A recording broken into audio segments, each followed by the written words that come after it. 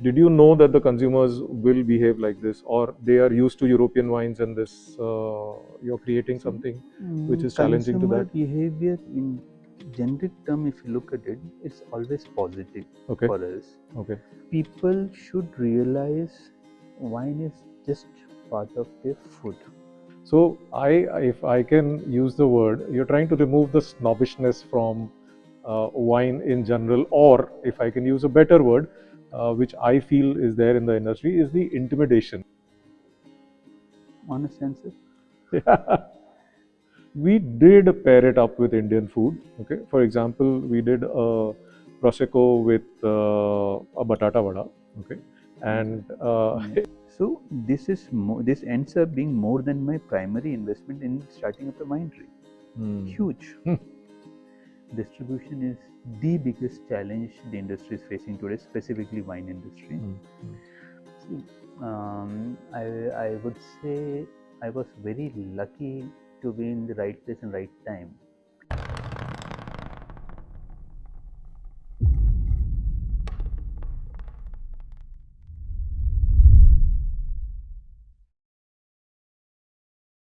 Welcome to Behind the Bottle.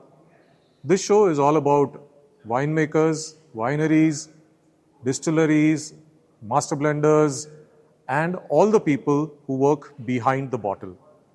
Today we have with us Prashanth Nair, who runs something called Vishant Industries and has created a brand called Myne.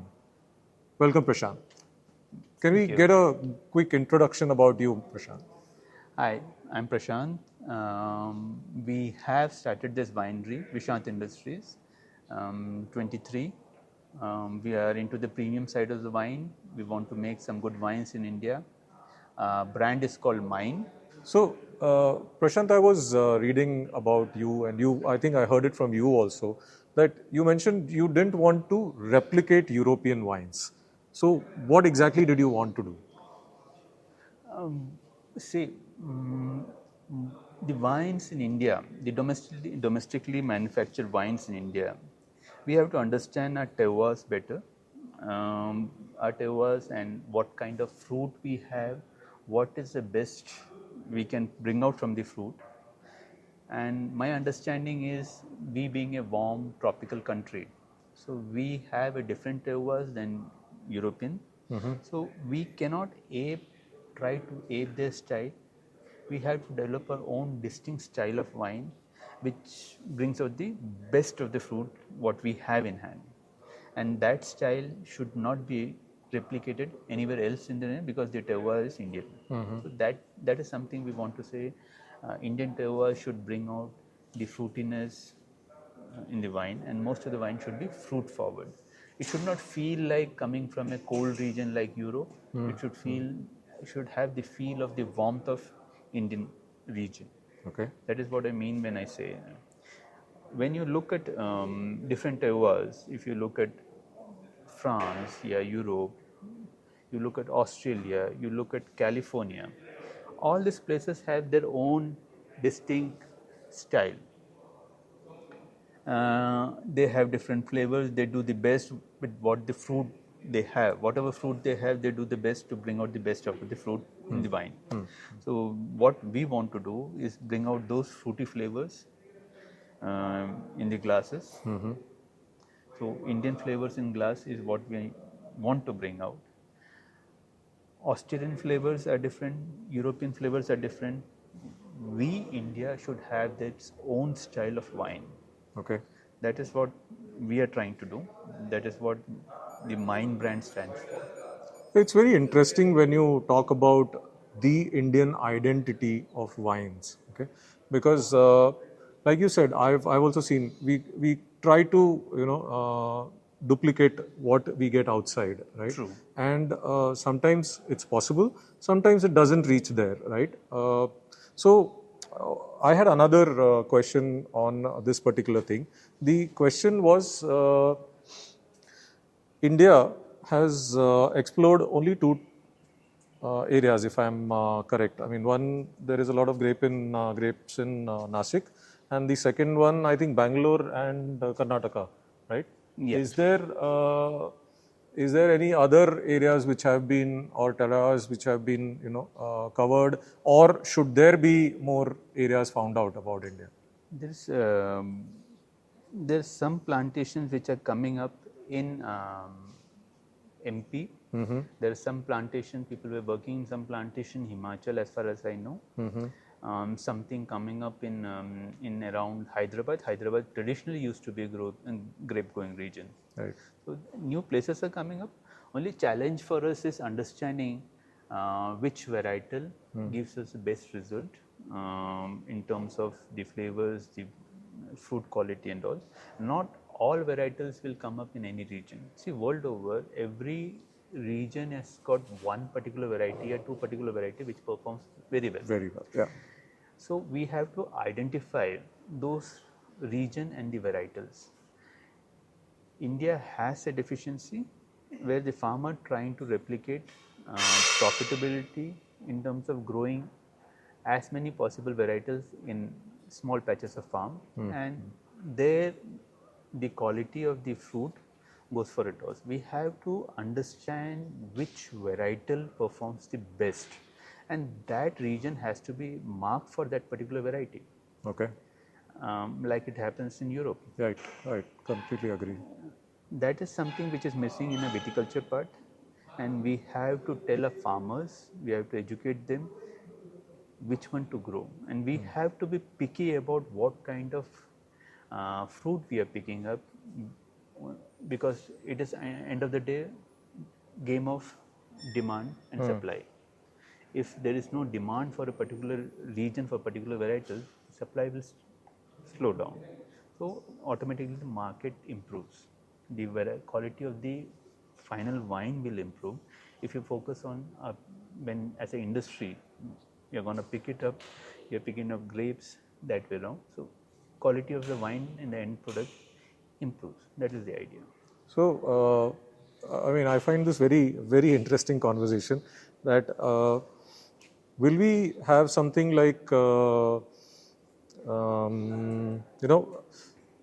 an Indian indigenous grape wine soon? I mean, is that what your objective is? So we will say we do Chenin Blanc, right? Yeah. So instead of Chenin Blanc, would there be an Indian varietal which can come up?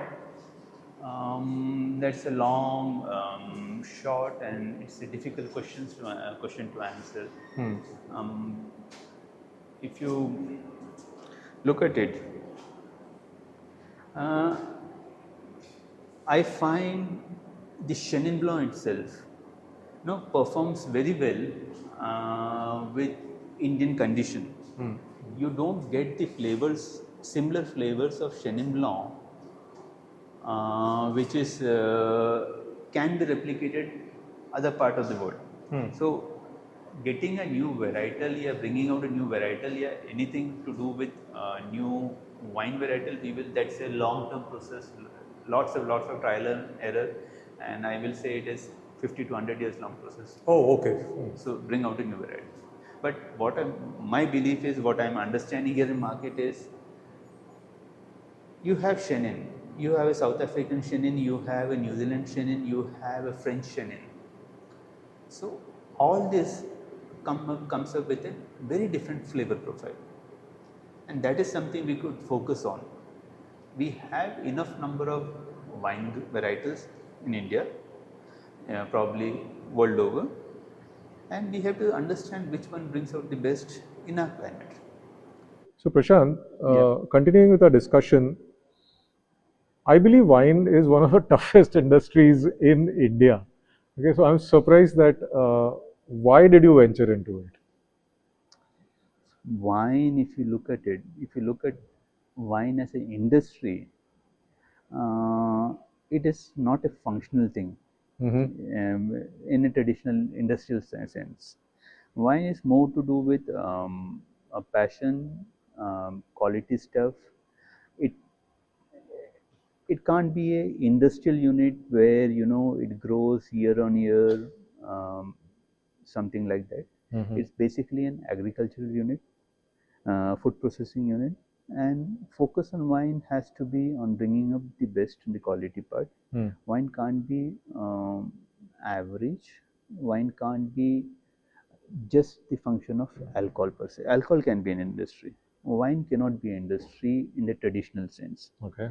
It has to be more than that, because it has to focus on the quality per se for it to grow. Mm-hmm. So it's a when you say in terms of growth aspect, industry aspect, definitely it is very difficult, challenging, true. So, I mean, one of the challenges or one of the reasons that I say it is the toughest industry is possibly because of the consumer behavior. Okay, I mean, wines in India still talk about European wines, correct, or imported wines, right?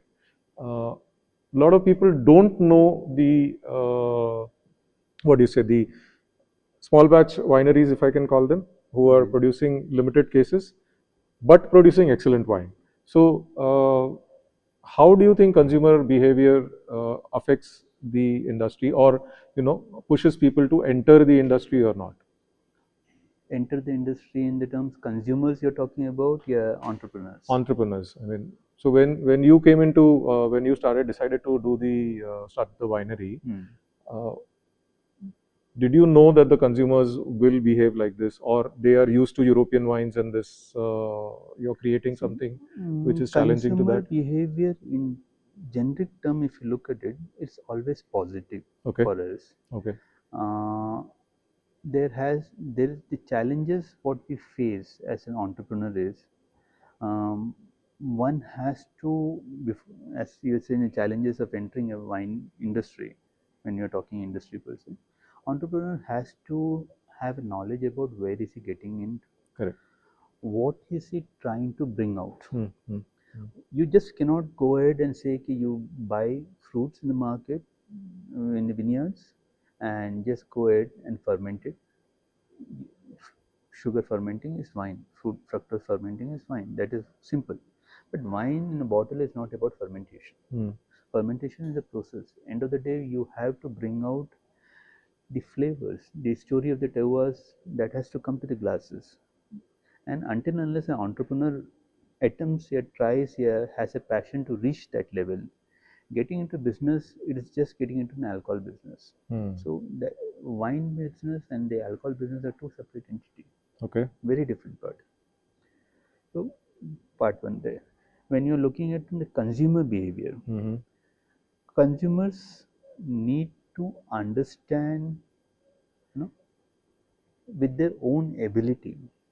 I see people chasing the data available in the market, people chasing what's being told to them Mm-hmm. to understand wine. I personally feel it's trying to confuse the consumer. Okay. Uh, People should realize wine is just part of their food, Hmm. and as any food, you say a food, you like a food, you don't like a food based on one simple parameter, your natural ability to have the flavors. You like the taste, you dislike the taste. Every individual's palate is different. Somebody may like this, somebody may like that, somebody may not. That doesn't mean that this is bad or that is good. And people have to be neutral and honest to the palate for them to make a realization whether they would like a wine or not. Mm-hmm. But if somebody is trying to consume a wine as an alcohol, so that's a different story altogether. But people have to understand wine as food Okay. and determine with your natural ability to feel the wine, understand the flavors, Hmm. have a natural ability to taste. We don't need a sommelier to come down and explain to us how to drink a wine. Hmm. We can, we have those ability within ourselves, and just honest taste, you like it, yeah, you dislike it, that should be the end of the story. The behavior is influenced when people get confused, people Hmm. are not sure, Hmm. uh, are we knowledgeable enough to drink wine? Nobody needs to be knowledgeable enough to eat the food. Hmm. right? So why should they be knowledgeable enough to drink the wine? They have to select a wine and understand if they like it or not. That should be the end of the story. Rest of the technicalities should lies with the sommeliers, the winemakers, where they try to put into the effect कि whatever goes to the consumer's glass is complete, balanced, a full package. This for us to make sure the consumer is not complaining about X, Y, Z parameters. Everything is balanced in the palate. People are happy with the drink. That's it. And the happiness matters because people are not sitting to judge a wine when they're drinking. They are sitting there to enjoy the time with the glass of wine. That's important. We should not miss out. We winemakers should not miss out that fact. I like the way you've simplified it actually. Okay. So if I can use the word, you're trying to remove the snobbishness from wine in general, or if I can use a better word, which I feel is there in the industry, is the intimidation. A lot of people, when they drink wine, there is a lot of intimidation, like you said, Yeah. what is the aroma, how to swirl it, what is the how does it taste on my palate, and etc. So you've actually simplified the thing that if you like it, you like it. If you don't like it, you don't like it. That's True. the thing. That should be the end of the story, right? Yeah. Why should we go so further where we have to decide whether it has a body, how big the body is, how long the finish is? You're enjoying the wine, it has to has a finish. Nobody has to tell you okay, it's a finish is short or long. If you're drinking it, you're relishing it, it has got a finish. If you gulp down a drink and you're relishing the flavors, that means it has got a finish. Now somebody has to come and tell you, okay, it has got a finish, it has got a short finish, long finish. How does it matter? And that individual telling you has their own palate. You have your own palate. Every palate is different. I have seen a couple arguing about Cabernet and Shiraz. So a wife likes the Cabernet most, and husband likes the Shiraz most. They both were arguing which one is better. So end of the day, it's a It's your palate. palate, yeah. Which one you like is your choice. None of the wines are bad. All wines are good. So what you like, you go ahead. And we need to open up.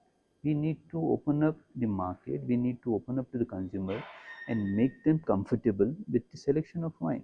It is something good they are having. Uh, there are. It can be a part of your food. You only part is you need not abuse a wine. Wine is to be relished, enjoy it alone, and enjoy it with your family. Whatever time you have, you want to do. That's it. Enjoy your wine as you enjoy your food. I mean, I like the way you are putting it. There's another point about the wine as food, correct? Yes. So there's this misconception, or if I can call it misconception, or a conception that wine and Indian food, doesn't go along well, right? Do you think that is true, or do you think that's just a story created, or do you think you know uh, it works always?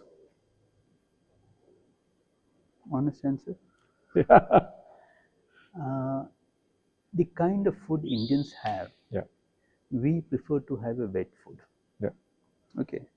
The element of wine which comes in the food culture in the European side is to moisten your dry food. Indians traditionally, any which food they have is always wet. You have roti, you have dal, you have rice, you have dal, you have curries, a number of curries. We have a segments where we have kebabs and all those things. Yeah. We have that segment definitely. Yeah. But if you look at traditional Indian food, we don't have kebabs on a daily basis. We have mostly a regular food. So we have a wet mouth, and the question of honestly moistening our mouth, food with a liquid is not actually very conducive to a palate. So that is something which probably explains why Indians in general prefer a standalone drink. Yeah. definitely there are so many things we can pair a food with wine. That's true. Correct. But Indians, there's other than I think maybe all of South Asia, India in particular, we like a food wet. Mm-hmm. So this area also has a tendency to have standalone drinks. Yeah, I mean, I agree to you, but I'll give you my experience a little bit over here. So I've been doing a lot of wine tastings and spirit tastings, etc. Uh, we did pair it up with Indian food. Okay, for example, we did a prosecco with a batata vada. Okay, and it did work out pretty good.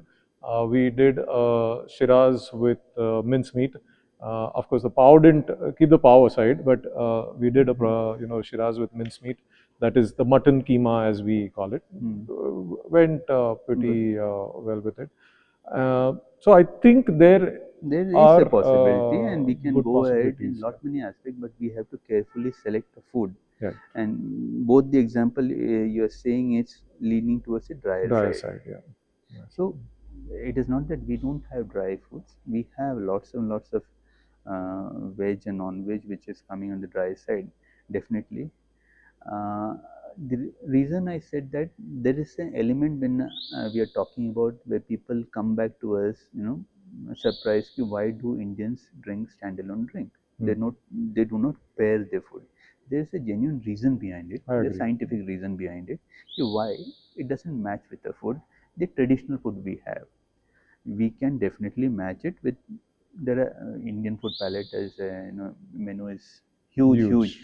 So always we have a multiple. So I think somebody also paired with some chart and all. Yeah. So that can also be done definitely. And then So that will possibly remove some intimidation part of it. Do you think that will make it more accessible? That I don't have to eat a pasta. I don't like pastas per se as a person, right? So I would definitely like to pair my Chenin with a fish fry. I mean, it can definitely works work. for me. Your Chenins, your Sauvignon with any fish will definitely work. Yeah. It will go work with very well with your fish fry, maybe with a very semi-dry kind of fish curry. Right. Not the traditional Kerala curry, it won't go. But a traditional curry, very semi-dry kind of curry will definitely go with the fish. Definitely pair. It is not that we can't pair. It's so many dishes that come to mind which we can pair with the wines. Fine. Yeah. I Reserve Cabernet goes very well with your red lambs. Yeah. Beautiful pairs. Your chickens, your tandooris pair well with your Shiraz. Yeah, the char which is there on the tandoori things. Yeah, pairs very well. So yes. So this was about the consumer behavior, okay, and I think this was a very interesting conversation. Moving on, okay, what I see as a personal, as a challenge which wine industry may be facing would be from policies of the government, taxation per se. Do you think they kind of create a barrier somewhere? For example, I'll just talk about one example that every state has a separate labeling requirement, right? So if you have to launch the same wine somewhere else, you have to go through that procedure again. True. So do you think that's a challenge? Absolutely. If I honestly look into it, how many states India have? 28. Yeah. You have some 8 union territories. Absolutely. If I want to cover, other than the dry states, we want to cover all the states with huge investment costs, where you have to register your company, you have to register each and every labels which we have, and this label registration are year-on-year process. Okay. So this ends up being more than my primary investment in starting up a winery. Huge. So challenges are like how to focus on the market part. See, initially, what's a challenge? Building up a world-class quality wine. Correct. Your winery the quality of fruits, and we have done with that. So how to bring it out to rest of India? We say made in India, but we will not be able to sell across India until unless we have a policy which is one product, one country, one registration. That should ease out. What is the point of made in India when we have to go around, all states, because every state has the same criteria. It doesn't matter it is made in Maharashtra, it is made in France. The process is same. So made in Maharashtra, yeah, made in any other part of India should be one license. One license. You need not go and register again and again and again and again, and it's fragmented and so many, and the cost is too much. Getting a product out in a Delhi market, we will end up having one-time investment cost of 60 lakh rupees.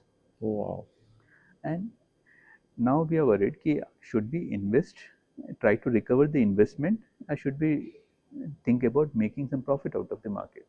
So that we never reach a phase where we are looking at profit. We are trying to just recover the investment part. Investments. So what, it doesn't make any business sense. So if we, so this is one part of the, government policies and all, right? Yeah.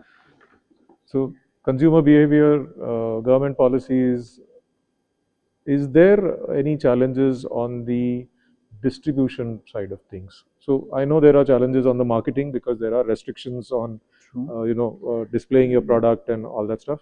But before we go to the marketing aspect, is there a distribution issue?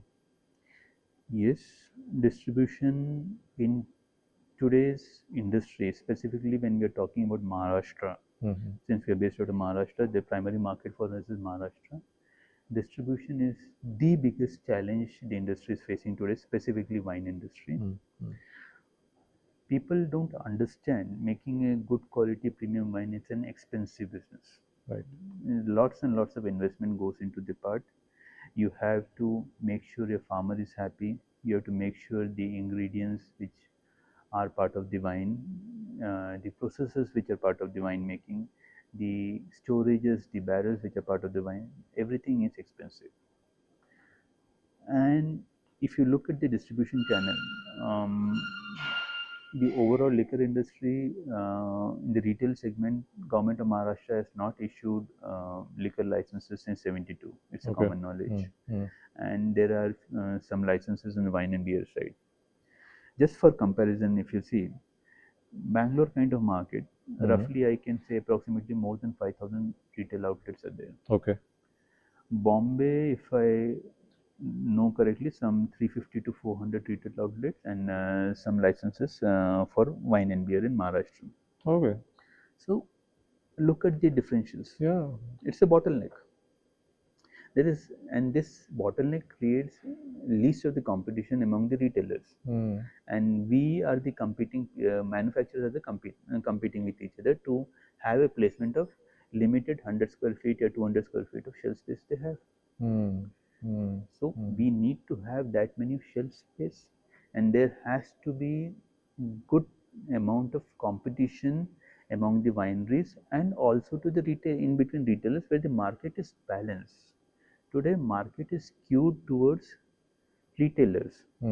We have so many manufacturers with them just fighting for a shelf space which is limited. That is the biggest challenge.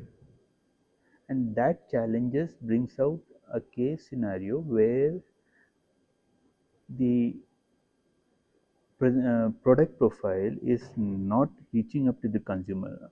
A good product may not reach up to the consumer if and until we agree to the terms and condition of a retailer. So this skewed market is the challenge what a small manufacturer like us face. Limited shelf space, and the margins and profitability what is expected from the retail side, it takes out the profitability from the manufacturer's side. So the investment which has a manufacturer has made an investment doesn't actually come back to the industry per se. So the challenges of growth for a winery becomes multifold. This is what the challenges on the distribution side, sir. So let me ask you a very controversial question now. Okay, that do you really think you'll advise somebody to start a winery in the future? Oh, that's a big ask, a big question for me, because if you ask me where I'm standing today, I myself will think twice over getting into a wine segment per se, Mm-hmm. because challenges we face are huge, and challenges what an entrepreneur will face when he comes in new. Is he ready for the challenges? Part one. Mm. If he's ready, will he succeed because of the policy issues, the market issues, the distribution issues are huge. So personally, if you ask me, I won't advise anybody in near future until the market grows and stabilizes. When I say market grows and stabilizes, I am talking decent wine market, not the industrial wine market. We have industrial manufacturers of wine in the play, but Okay. those are not what we call about wineries per se. This is a business model which is working in terms of wine. So we have to understand, market has to understand the quality, the depth, what a wine can bring out. So until unless we reach that stage, entrepreneur coming in is going to face a lot of hardship. Right. So, it confuses me a little bit because what I've been reading is that there is growth in the market in the wine segment, and you're not coming out very positive about the whole thing. So, where is the gap? What am I missing out over here? Mm. The wine segment, when you say there are different segments in wine per se. So growth year on year, growth if I am looking at, since I have a good data with of Karnataka market, which is readily available on site. Maharashtra, the data is not readily available. We will have to collate it. Wine industry in Karnataka has degrown in last 2 to 3 years. Okay. In general, and most of the growth within the degrowth is into the RTD sector, ready to drink wines. Okay. Okay. Now, these are the challenges. Now, coming to the RTD part. Now, today generation has kind of preferences towards RTD. Those are, when I say RTD, these are ready to drink, mostly carbonated, artificially flavored drinks. So we have to educate people in this generation to understand the goodness of the natural flavors of grapes, and the differentials of a artificially, synthetic flavors which are coming in. And what is good, what is bad. People are very cautious in today's generation, very aware of what they're having, what kind of food they're having, which is good, which is bad, all those things. But we also should be aware of the differentials between an artificial flavor and natural flavors. Correct. So an artificial flavor will feel too good in your mouth because they are manufactured to make flavors are built in a way to you feel good. Natural flavors may feel a bit dull, but the depth of the flavors are really huge. Okay. The flavors will linger in your mouth. That is how the differentials between the artificial and the natural flavors are. And any which ways, natural flavors of a wine, people have to understand what is a natural wine and what is a synthetically flavored wine. I don't.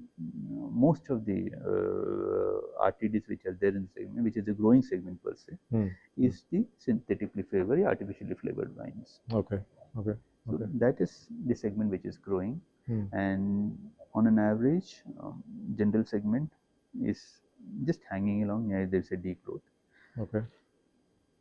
We need to, as we are entering into a segment where FTAs are going to come in, Mm-hmm.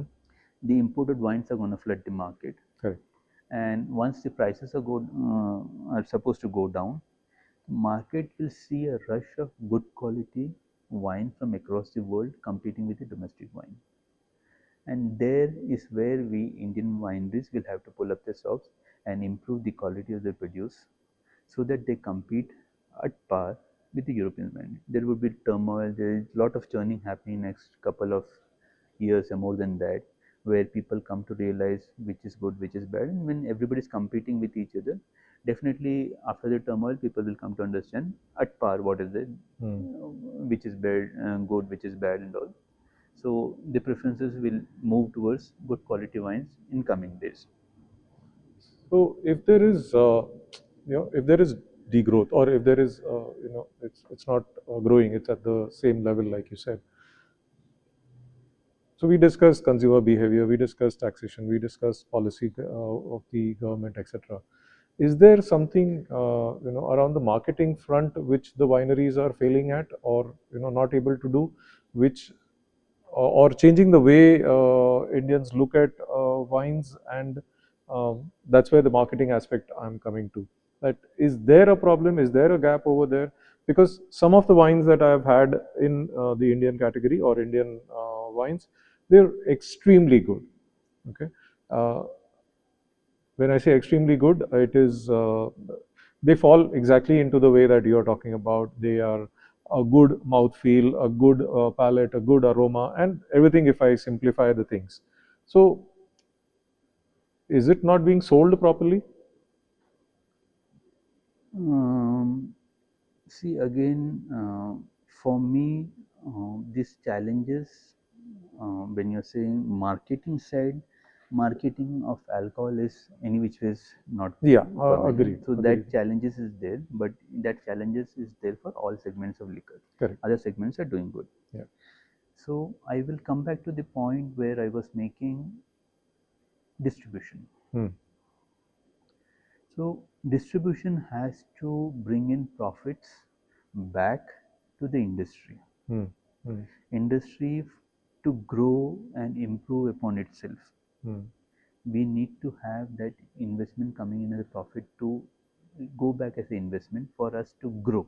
That is how the growth happens. Correct. The money has to come back. Obviously, I mean it's a business after all. It's a business. So that is something which is not happening because of the bottlenecks we face in the distribution side. Okay. That is the biggest challenge the industry is facing. So until and unless we find a cure for this challenge, Hmm. Hmm. we Hmm. find a way out of this challenge, we go beyond this. That is the first challenge the industry is facing. We have to move forward. Yeah, we have to go beyond it Okay. for the growth segment to improve. Okay. Can I dig a little deeper? And Yeah. sorry, can I dig a little deeper? And maybe it's a touchy point, and you can refuse to answer it. But uh, could you identify one challenge in the distribution that you feel that if it is overcome, things would become better? What we need is we have to open up the retail segments. We need lots of competition among the retailers so that it is at par with the manufacturers Okay. and the end benefit reaches the consumers. Perfect. What is the point of me making world class wine, award winning wines, and consumers don't even get to know because it is not available in the shelf space? Correct. Until and unless retailers are fighting each other, open market is all about competition. Correct. We manufacturers are competing with each other to bring the best on the table. That brings the best out. And same thing, retailers will have to fight among themselves to bring out the best product available in the market, not the most profit giving product. So who is the king? The end consumer is the king. Correct. We are serving the end consumer. They need to get the best of the lot. Glass has to be held by the consumer. They have to taste it. They have to drink it. So what we need to do is the policies have to be made in a fashion where the consumer, the mass consumer, end of the day, is the winner, And today Agreed. the consumer is not a winner. Agreed. Agreed. I think uh, I'll stop that over there, and we'll move on to something which is slightly more, which I am very curious about. Since you are an entrepreneur, you started this on your own, and I know that you had initially, were being advised by Ajay Shaw, who possibly is the architect of some of your wines over here. Yeah. So, what, as an entrepreneur, where did you find a gap that you thought that you needed somebody like him to be a part of it? See, I would say I was very lucky to be in the right place and right time. If I'm not wrong, Ajoy left Sula as head winemaker in 2017-18, somewhere then. Exactly the same time when I was looking out to start up a winery project. Right. Um, I was in discussion, I was searching for a place, I was trying to understand how to do, what to do. And that is the time Ajoy has started his own consultancy. One day, I get a number from somebody. Ajoy has started consultancy. Why don't you get in touch with him? So it was a boon for small wineries, yeah, major wineries across India who plan to get a specialized, yeah, good knowledgeable hand to depend on. So for me, Ajoy has been a guide in the whole of my journey in the wine industry. Right. We see his expertise over. I think he left Sulab after 19 years, 18 or 19 years or something, to unmatched. Sulab being one of the biggest winery in India, so his expertise is invaluable, and that helped us a lot. All his advices, everything, because he was a mentor, he is a mentor, and the kind of support he has given us to, from the day one, from construction of the winery, all the advices, small things which we may overlook, Right. which comes with experience. Experience. And he has the experience. So small things which may simple, simple things, construction, this order, this order. So all those things added up. So this winery, what we made, is specifically designed for premium wines. So the tank size we have determined, what we need to, what kind of equipment we will be needing to focus on the quality part. So all those factors were determined and advised. All those things came from Ajoy, and the process, winemaking process itself, it's he details what the what process we need to follow. Everything is there. So it was a very big win for us to for him to have been part of a team from the day one. So all the wines are made under his guidance. All the award-winning wines. Funny thing is, um, like the Shiradumo award we won at 24. Right. Other two awards which have been won in India are by Sula. 2010 Shiradumo and 2014 Shiradumo, both Okay. silver. And over there again, the winemaker was Ajoy. So that's nice. For him, it is kind of a Habit to win awards on his not wine. just a cinema. 3 awards. It is all Ajoy being the back winemaker there. So for him, it is. I just have 1 award. He has 3 awards. 3 awards. Yeah, I'm That- sure a lot that experience would have added a It lot of adds- value it to your counts, wines. It counts a lot. Where do you think wine is actually made? In the vineyard or in the winery? We, as a winemaking team, we can do the best part, that is the last 10% of it. The first 90% is in the vineyard, that is the natural part, the farming part, the viticulture part, the water, the air, the soil, the temperature. That is the 90% of winemaking. We can bring in a good good grapes, and then go forward from there to make a good wine. We cannot make a great wine from an average fruit. We can make a good fruit bad wine, but we cannot make a bad grape as a good wine. So whatever comes from the vineyard is the wine. We are just the last 10% of it, the whole process. So that's a very interesting take. Now, if I again do a counter on that, okay, it's just a reflection kind of a thing. In the entire ecosystem of wine, right? Where does the farmer actually stand?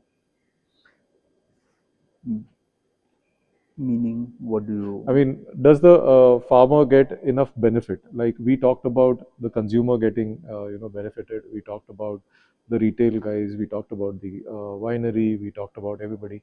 Does the farmer get enough credit for the grape that he's creating? Credit and, of course, profits for the grape that he's creating. We try to do that, specifically when we are picking up grapes from a farmer. We try to induce him to walk a talk, a walk a ways by extras, paying him extra something. Okay. That is part one. Part two, definitely, if we win an award, we publish it accordingly to the farmers, also get to know, and somehow that region gets more attention. Correct. Having said that, we still don't have anything like the European model where regions are predefined. Yeah. The grapes are wines from particular regions are expensive. Next farm would be cheap, but this farm has an appellation. So we are not there yet, but we should be. But for that, we have to have a market which has grown to appreciate that part. So until and unless we have a market which has grown there to the height where those parameters can be induced in the prices and people are willing to pay that price. Today, the major price point where a wine will sell is between 1,000 to 2,000 rupees. Correct. And not beyond that. Beyond that, the market shrinks sizably. For those kind of things to happen in India, market has to respond accordingly, where people can actually go ahead and look for picking up a bottle for 3,000, 4,000, 5,000 rupees. So that is when the benefits will actually, go back to the farmer. It's not that farmer doesn't have. Farmer has to make X amount of money per acre. If today he doesn't make that amount, he will simply go back to having some other crop. As simple as that.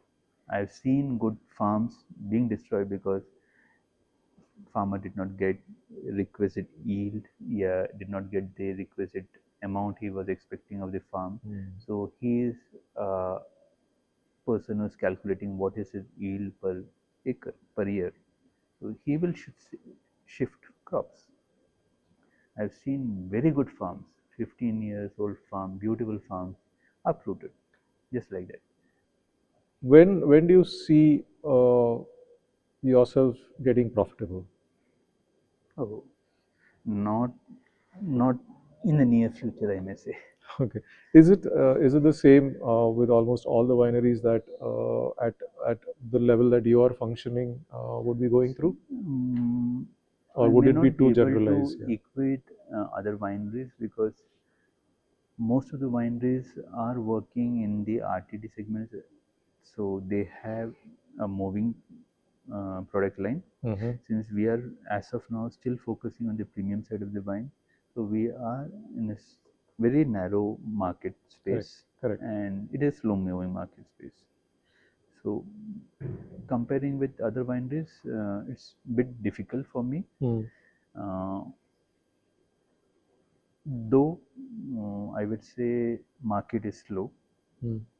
Overall, the market is slow. This year has been particularly bad, if I'm not wrong, for Maharashtra. Yeah, I think the rains and all also have caused.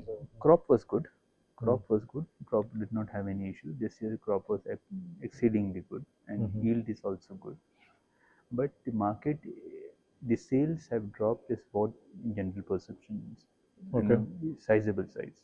Okay. In Maharashtra, Karnataka, I have the data which says sales is down. So, is it got to do something with the MML which has come in, or the license? It is more to do with your consumer behavior. Consumer. Okay. part one. There are so many um, categories now. So many within categories there are so many segments, and everyone wants to try something different.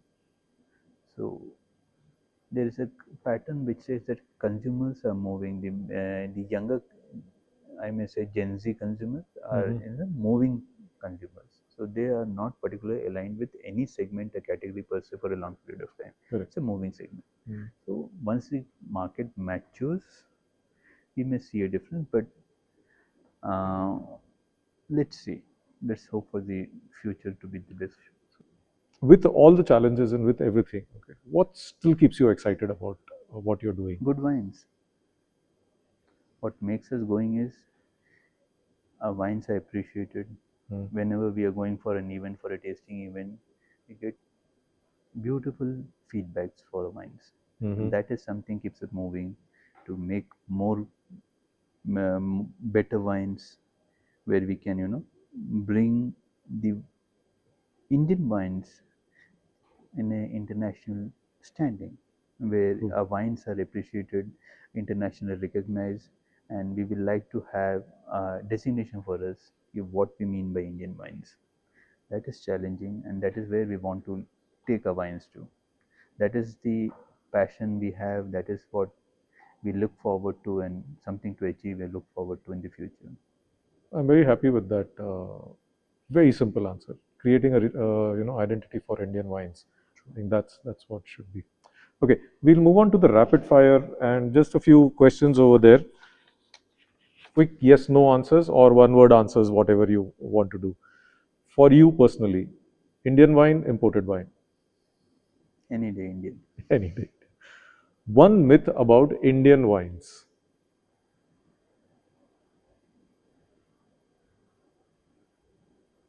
Nothing? No answer. Nothing comes to you. Okay. One thing that industry should change to make it better?